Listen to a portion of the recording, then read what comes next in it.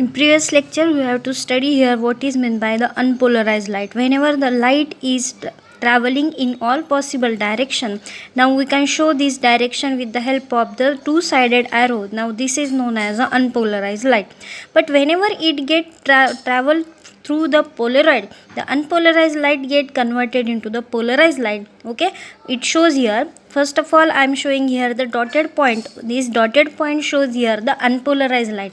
Now this light converted into the polarized light with the help of the polarizer. Now the polarizer is made up of tourmaline crystal or other sunglasses such like we have to study the example in previous video. Okay, now first of all, what is here the procedure for the traveling of the light?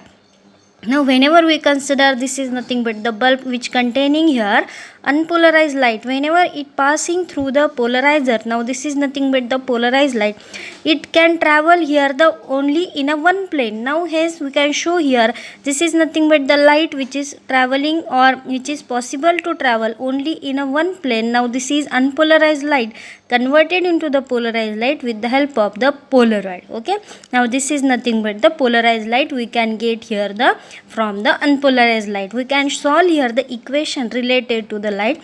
If we consider this light is traveling along the x-axis, okay, now this is nothing but if we consider this is x-axis, now the omega is nothing but the angular frequency. We know that light wave is in the form of the waveform, and hence that waveform having here the angular frequency omega. Hence as well as the wave vector, otherwise we can show that this is nothing but the constant, this is nothing but 2 pi upon t. Now what is here the 2 pi?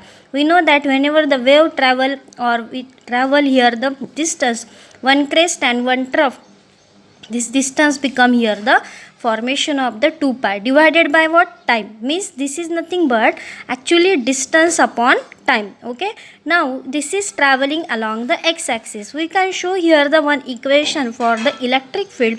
E is equal to E naught sin kx minus omega t. If we observe the here this equation, that equation shows here A is equal to A naught sin kx minus omega t. We studied this equation in previous chapter. Okay, A for the amplitude. Okay, now this is nothing but the amplitude of the wave. The wave is in the form of the sin, k is the constant, x is the displacement, omega is angular frequency, and t is the time.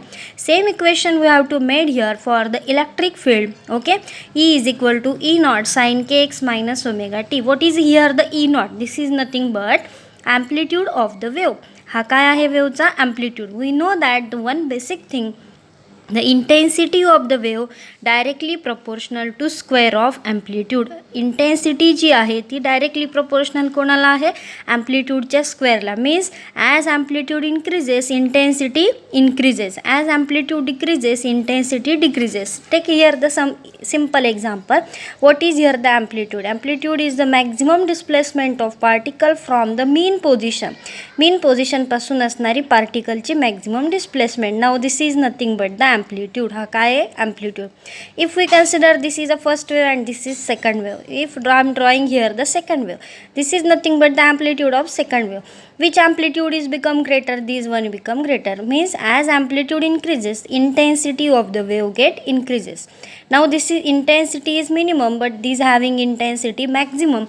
The basic equation we can get here, the intensity is directly proportional to the square of amplitude.